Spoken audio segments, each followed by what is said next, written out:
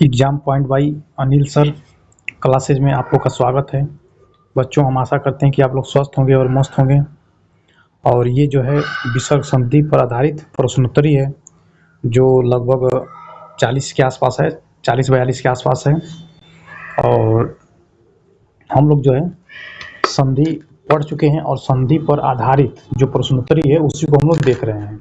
अब इसमें प्रश्नोत्तरी भी हम लोग कुछ देख चुके हैं, जिसमें विसर्ग ये स्वर संधि का जो है प्रश्नोत्तरी देख चुके हैं, व्यंजन संधि का भी देख चुके हैं। और ये जो है अंतिम वीडियो है, संधि की ये अंतिम वीडियो है जो विसर्ग संधि पर आधारित प्रश्नोत्तरी है। तो चलो बच्चों, हम लोग इसको एक एक क्वेश्चन को देखना शुरू करते हैं।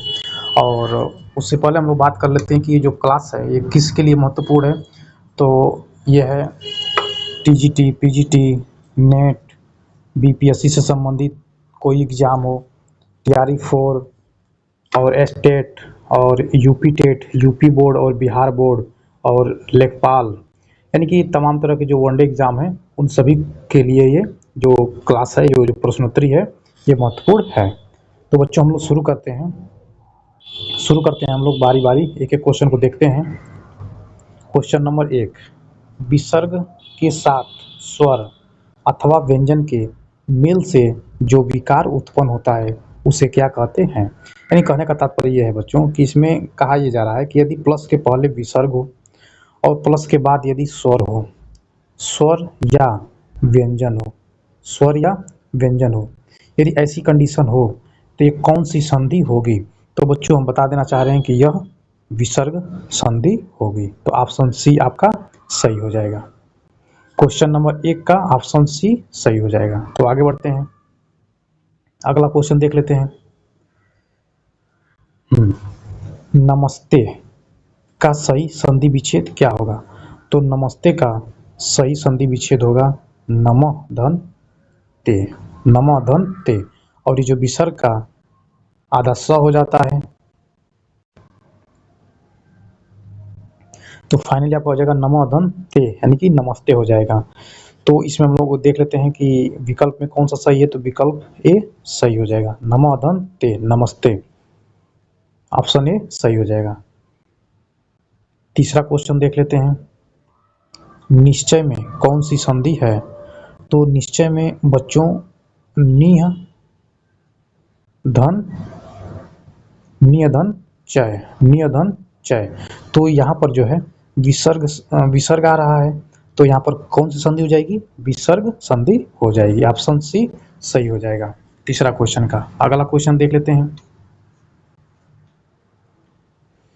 धनुष्टंकार का सही संधि विच्छेद क्या होगा और इसमें विसर्ग किस नियम के तहत बदलता है। तो बच्चों, यहाँ पर हम लोग देख लेते हैं, यहाँ पर हो जाएगा धनु, धनु, धनुधन टंकार, धनुधन टंकार। इस धनुष्टंकार का जो संधि विच्छेद होगा वह धनुधन, धनु, धनुधन टंकार होगा। ठीक, अब इसमें आगे बोल रहा है कि इसमें विसर्ग किस नियम के तहत बदला है। तो बच्चों, वो नियम देख लेते हैं। इसमें नियम यह है कि यदि प्रथम शब्द के अंत में विसर्ग हो तथा द्वितीय शब्द के आरंभ में यदि च या छ, ट या ठ हो, या त या थ हो, तो क्रमशः यदि विसर्ग और यदि च या छ हो तो विसर्ग के स्थान पर बड़ा स हो जाएगा आधा। या यदि विसर्ग हो, यदि विसर्ग हो और यदि प्लस के बाद यानी प्रस्तुतीय शब्द के आरंभ में यदि ट या ठ हो, यदि ऐसी कंडीशन हो तो मूर्धन्य आधा श हो जाएगा। या हम बात करते हैं कि यदि विसर्ग के बाद यदि त या थ हो तो उस कंडीशन में छोटा श आधा हो जाता है। तो यहाँ पर देख लेते हैं, यहाँ पर जो है धनुधन टंकार है, धनुधन टंकार है, तो ट है तो यहाँ पर विसर्ग रहेगा और ये ट। तो ये ऐसी स्थिति बन रही है, ऐसी विसर्ग के बाद यदि ट या ठ हो तो ये जो विसर्ग है वो आधा मूर्धन्य स में परिवर्तित हो जाता है। तो फाइनली बच्चों यहाँ पर जो है मूर्धन्य श हुआ है किसका, विसर्ग के स्थान पर। तो हमने नियम बता दिया कि किस नियम के तहत ऐसा हुआ है परिवर्तन। ठीक, तो आगे बढ़ते हैं, अगला क्वेश्चन देख लेते हैं। दुअधन शासन की सही संधि क्या होगी? तो बच्चों यहाँ पर दुअधन शासन की संधि क्या होगी? तो यहाँ पर जो है यदि ऐसी कंडीशन हो रही है कि प्रथम शब्द के अंत में विसर्ग हो तथा द्वितीय शब्द के आरंभ में तीनों स में से कोई भी स हो, तो बच्चों यहाँ पर कोई परिवर्तन नहीं होता है। या यदि परिवर्तन भी होता है इस विसर्ग में, यदि विसर्ग में परिवर्तन भी होता है तो यदि विसर्ग और यदि ये स रहेगा तो यहाँ पर विसर्ग के स्थान पर बड़ा स आधा हो जाएगा। या यदि विसर्ग और छोटा स यदि है, विसर्ग या छोटा स है यदि, तो यहाँ पर आधा स हो जाएगा छोटा स। या यदि विसर्ग और मूर्धन्य यदि स है तो यहाँ पर भी इस स में परिवर्तित हो जाएगा। फिर से समझो बच्चों कि यदि विसर्ग के बाद तीनों स में से कोई भी स हो तो कोई परिवर्तन नहीं होता है। यदि परिवर्तन भी होगा तो जो क्रमशः बड़ा स, फिर मूर्धन्य स और छोटा स, ये सभी आधा आधा हलंत के साथ रहेंगे, हो जाते हैं। तो फाइनली जो है हम यहाँ पर देखते हैं दुअधन शासन हो जाएगा। तो दुअधन शासन में देख लेते हैं, तो इसको यदि हम जोड़ेंगे, यदि सही संधि करेंगे तो हो जाएगा बच्चों दुअधन शासन। एक तो आपका ये होगा, या एक कंडीशन और, यदि हम विसर्ग को हटा दे रहे हैं तब आज जो हम लोग बात किए थे कि यदि ये बड़ा सा होगा तो इस विसर्ग के स्थान पर बड़ा सा का आधा हो जाएगा, फिर शासन, ये चीज हो जाएगा दुशासन। तो बच्चों ये भी सही है और ये भी सही है। तो आगे बढ़ते हैं, अगला क्वेश्चन देख लेते हैं।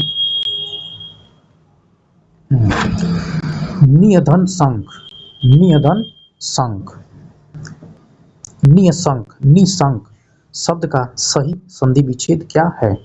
तो बच्चों इसका जो संधि विच्छेद होगा तो हो जाएगा निह धन संक हो जाएगा। यहाँ पर भी बच्चों देखो, इसका यदि हम मेल कर रहे हैं, संधि कर रहे हैं तो कोई परिवर्तन नहीं हो रहा है। यदि कोई विसर्ग में कोई परिवर्तन नहीं हो रहा है, यदि परिवर्तन भी होगा तो हम इसको फाइनली ऐसे लिख सकते हैं निशंक। ये भी सही है और ये भी सही है। ठीक, आगे देखते हैं। तो फाइनली इसका यदि देख लेते हैं ऑप्शन इसका कौन सा सही हो जाएगा, तो निधन संक। तो बच्चों इसमें बी ऑप्शन आपका सही हो जाएगा। क्वेश्चन नंबर 6 का बी ऑप्शन सही हो जाएगा। आगे बढ़ते हैं, अगला क्वेश्चन देख लेते हैं।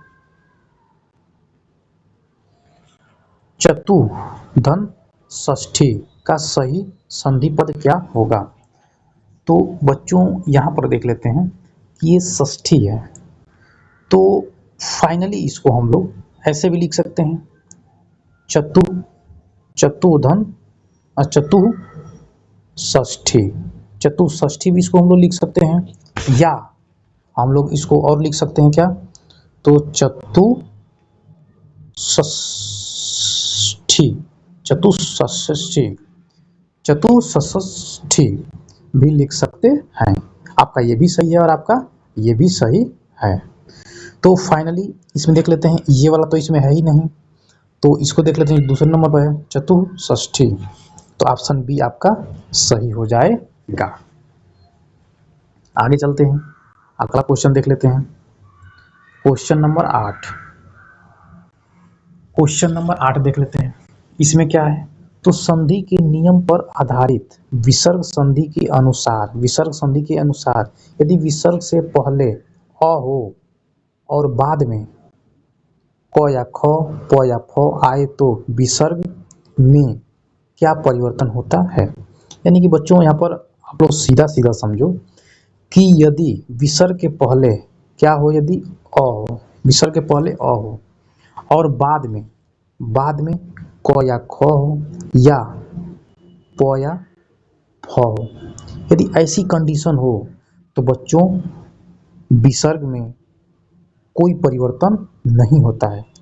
जो विसर्ग है वो सुरक्षित रहता है, ज्यों का त्यों ही बना रहता है, कोई परिवर्तन नहीं होता है।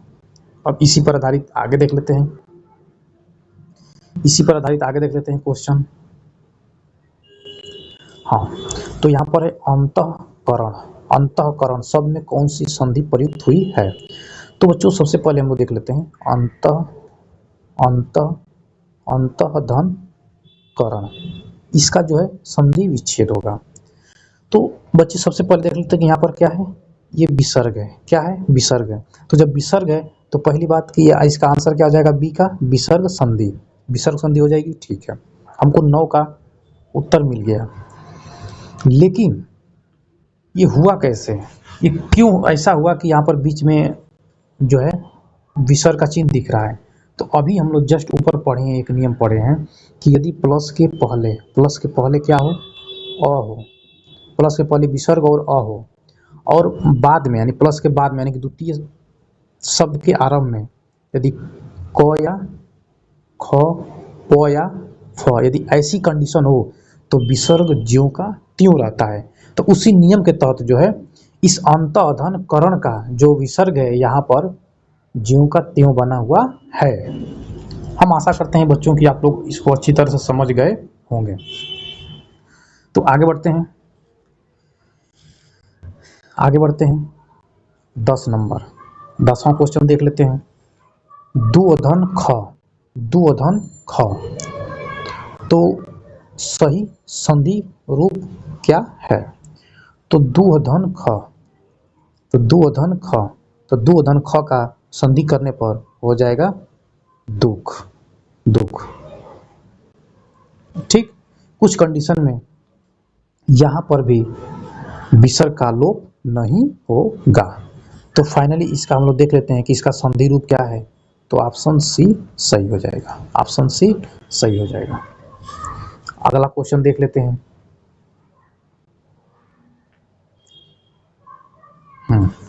यहाँ पर क्वेश्चन है, क्वेश्चन 11 नंबर, पुरस्कार में कौन सी संधि है। तो बच्चों यहाँ पर पुरस्कार में पुरः धन कार। तो बच्चों यहाँ पर एक कंडीशन बनता है कि ये जो विसर्ग है वो आधा स में परिवर्तित हो जाता है। तो उसी नियम के तहत हो जाएगा पूरा धनकार का हो जाएगा पुरस्कार हो जाएगा। तो इसमें आपका ऑप्शन जो है, इसे पूछ क्या रहा है कि पुरस्कार में कौन सी संधि है। तो यहाँ पर क्या है, तो यहाँ पर विसर्ग है, तो कौन सी संधि हो जाएगी, विसर्ग संधि हो जाएगी। ऑप्शन सी सही हो जाएगा। 11 नंबर क्वेश्चन का ऑप्शन सी सही हो जाएगा। अगला क्वेश्चन देख लेते हैं। निधन आशा के योग से कौन सा शब्द बनेगा। तो निधन आशा, तो बच्चों यहाँ पर जो है निधन आशा है, निधन आशा, पहली बात कि ये विसर्ग संधि हो जाएगी, ये तो कंफर्म है। ठीक है, ये विसर्ग संधि है।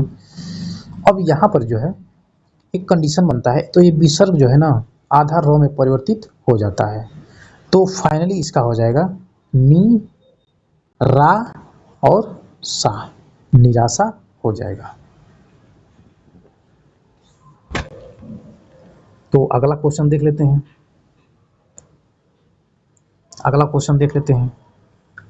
मनोहर का संधि विच्छेद चुनिए। तो यहाँ पर जो मनोहर है इसका जो संधि विच्छेद होगा तो मनअधन हर हो जाएगा। मनअधन हर यानी कि एक कंडीशन बनता है, उस कंडीशन में ये जो विसर्ग है ओ के मात्रा में परिवर्तित हो जाता है। तो फाइनली यहाँ पर जो होगा मनोहर हो जाएगा, मनोहर हो जाएगा। आगे बढ़ते हैं, अगला क्वेश्चन देख लेते हैं। दुस्तर का सही संधि विच्छेद क्या होगा? तो दुस्तर का हो जाएगा दुअधन तर, दुस्तर हो जाएगा। तो ऑप्शन बी आपका सही हो जाएगा, 14 नंबर का ऑप्शन बी। अगला क्वेश्चन देख लेते हैं। अगला क्वेश्चन है, निष्कपट शब्द में विसर्ग किस वर्ण में बदला है? तो जो निष्कपट वर्ण है वो जो विसर्ग है वो किस वर्ण में परिवर्तित हुआ है? तो बच्चों इसका जो हम विच्छेद करेंगे तो नियधन कपट हो जाएगा, नियधन कपट। तो ये जो विसर्ग है ये मूर्धन्य स में परिवर्तित हो गया है। जो विसर्ग है मूर्धन्य स में परिवर्तित हो गया है। तो यदि हम बात करें तो ऑप्शन आपका सी सही हो जाएगा और यहाँ पर हलंत रहेगा, 15 का सी। अगला क्वेश्चन देख लेते हैं। नियधन कपट की सही संधि क्या होगी? तो बच्चों यहाँ पर इसकी जो संधि हो जाएगी निष्कपट हो जाएगी, ऑप्शन बी सही हो जाएगा, ऑप्शन बी सही हो जाएगा। तो अगला क्वेश्चन देखते हैं 17 नंबर। 17 नंबर देख लेते हैं। दुअधन कर का सही संधि पद चुनिए। तो बच्चों इसमें आपका हो जाएगा दुष्कर हो जाएगा, दुष्कर हो जाएगा। तो इसमें देख लेते हैं ऑप्शन ए सही हो जाएगा, 17 का ए। हाँ, अगला क्वेश्चन देख लेते हैं। क्वेश्चन नंबर 18 देख लेते हैं। तो नियधन फल शब्द में संधि होने पर विसर्ग किस वर्ण में बदल जाता है? तो नियधन फल, तो निह जो है नियधन फल जो है ये हो जाएगा आपका निष्फल, ये निष्फल में परिवर्तित हो जाएगा। तो ये जो विसर्ग है वो मूर्धन्य स में परिवर्तित हो जा रहा है, यानी कि बदल जा रहा है। तो ऑप्शन सी आपका सही हो जाएगा। अगला क्वेश्चन देख लेते हैं। आशीर्वाद का सही संधि विच्छेद है। तो बच्चों जो आशीर्वाद है इसका आपका हो जाएगा आशी धन वाद, यानी कि इसी का बन जाएगा आशीर्वाद, ऑप्शन बी आपका सही हो जाएगा। अगला क्वेश्चन देख लेते हैं। यदि विसर्ग से पहले अ हो और बाद में वर्ग का तीसरा, चौथा, पांचवा वर्ण या य र ल व ह हो तो विसर्ग और अ मिलकर क्या हो जाता है? यानी कहने का तात्पर्य है बच्चों कि यदि प्लस के पहले क्या हो विसर्ग हो और अ हो, और विसर्ग के बाद यदि वर्ग का तीसरा वर्ण, चौथा वर्ण और पांचवा वर्ण या य र ल व ह, यदि ऐसी कंडीशन हो तो जो अ और विसर्ग ये दोनों मिलकर क्या हो जाते हैं? तो बच्चों ये दोनों मिलकर ओ में परिवर्तित हो जाते हैं। इसको हम मात्रा के रूप में ऐसे लिख सकते हैं।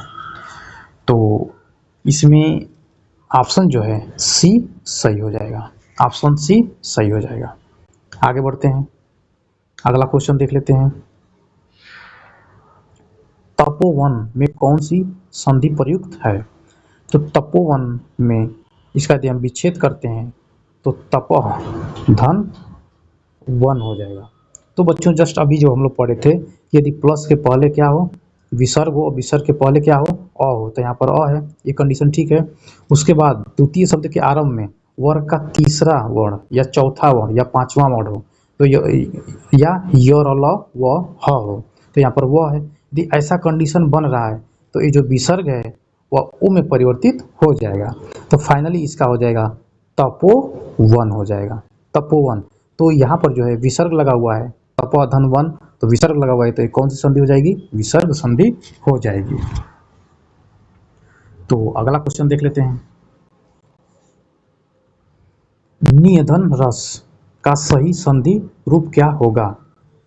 तो बच्चों यदि एक नियम है, एक नियम ये कहा गया है कि यदि प्लस के पहले विसर्ग हो और उसके पहले ह्रस्व ई हो या ऊ हो, ह्रस्व ई या ऊ हो, और प्लस के बाद यानी द्वितीय शब्द के आरंभ में यदि र हो, यदि ऐसा कंडीशन हो रहा है तो ये जो है, ये जो ह्रस्व जो मात्रा है ये दीर्घ में परिवर्तित हो जाती है और जो विसर्ग है वह हट जाता है। तो फाइनली जो है निहधन रस है, तो फाइनली इसका हो जाएगा, इसका जब दीर्घ करेंगे इस मात्रा का छोटी का तो नी हो जाएगा, ये जो विसर्ग है वो हट जाएगा और रस हो जाएगा, नीरस हो जाएगा। अब आगे देखते हैं, अब अगला क्वेश्चन देखते हैं। तो अगला क्वेश्चन हो जाएगा नियधन रव का सही संधि क्या होगी? तो बच्चों यहाँ पर भी जो है नीरव हो जाएगा। तो ऑप्शन देख लेते हैं, बी ऑप्शन सही हो जाएगा।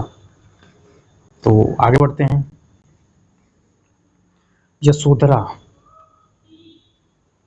यशोधरा का संधि विच्छेद क्या है? तो बच्चों यशोधरा का जो हो जाएगा यश धन धरा हो जाएगा, यशोधन धरा।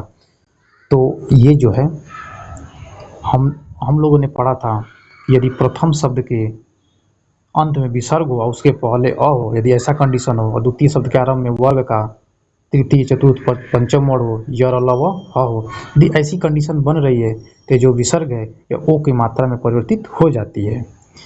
तो इसी को हम जोड़ेंगे तो हो जाएगा यशोधरा हो जाएगा। ठीक, तो हमको यहाँ पर बताना क्या है कि संधि विच्छेद क्या है, यशोधरा की संधि विच्छेद क्या है? तो यशोधन धरा, तो यशोधन धरा ऑप्शन बी सही हो जाएगा। अगला क्वेश्चन देख लेते हैं। दुर्जन देख लेते हैं। तो यहाँ पर दुर्जन का संधि विच्छेद क्या होगा? तो इसका संधि विच्छेद बताना है, तो बच्चों इसका हो जाएगा दुर्धन जन हो जाएगा, तो दुर्जन हो जाएगा, जो विसर्ग है र में परिवर्तित हो जाएगा। आगे देख लेते हैं।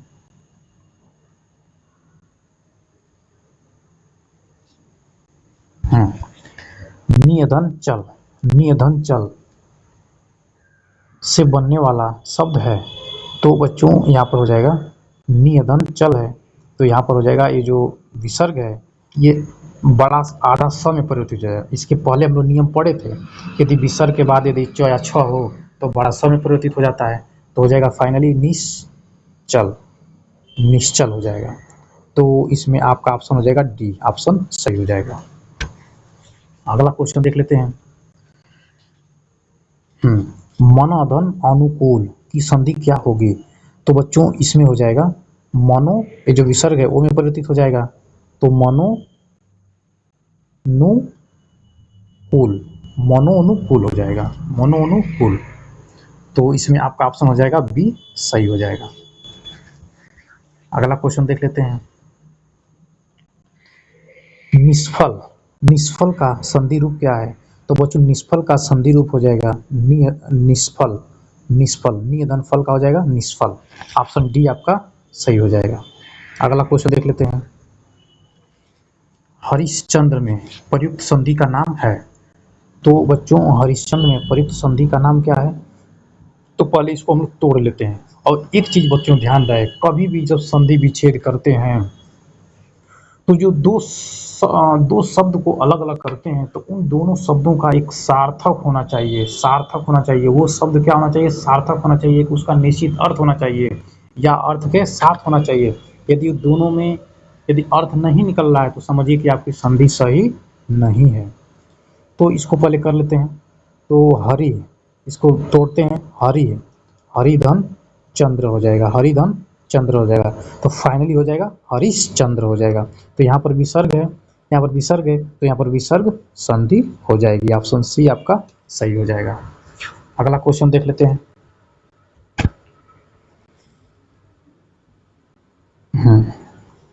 नियधन गुण का संधि पद होगा, तो बच्चों इसका जो संधि पद होगा निर्गुण हो जाएगा। ऑप्शन सी सही हो जाएगा, निर्गुण। अगला क्वेश्चन देख लेते हैं।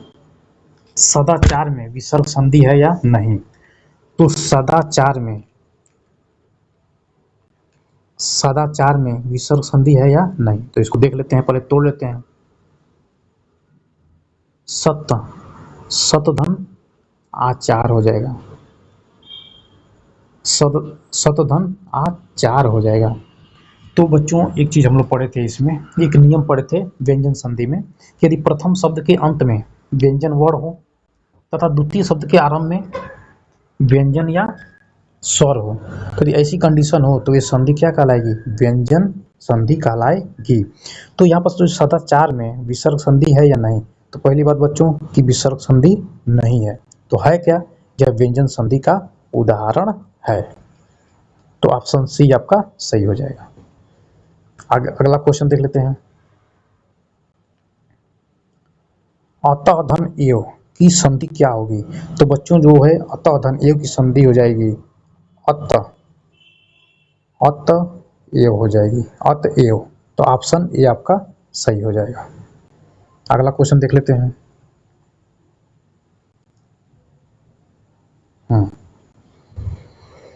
निरोग का संधि विच्छेद होगा।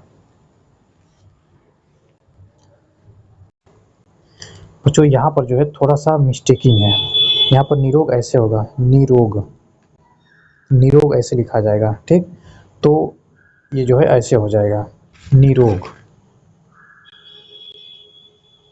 निरोग ऐसे लिखाएगा, निरोग।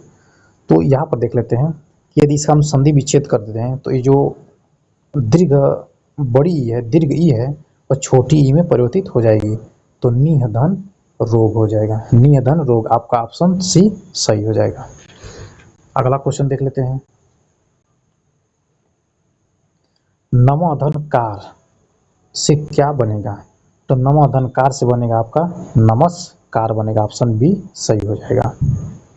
आगे क्वेश्चन बढ़ते हैं। दुर्योधन शासन की संधि है, तो दुर्योधन शासन की जो संधि होगी वो हो जाएगी दुशासन। इसको ऐसे भी हम लिख सकते हैं, दुशासन। एक इस तरह भी लिख सकते हैं और एक लिख सकते हैं दुशासन।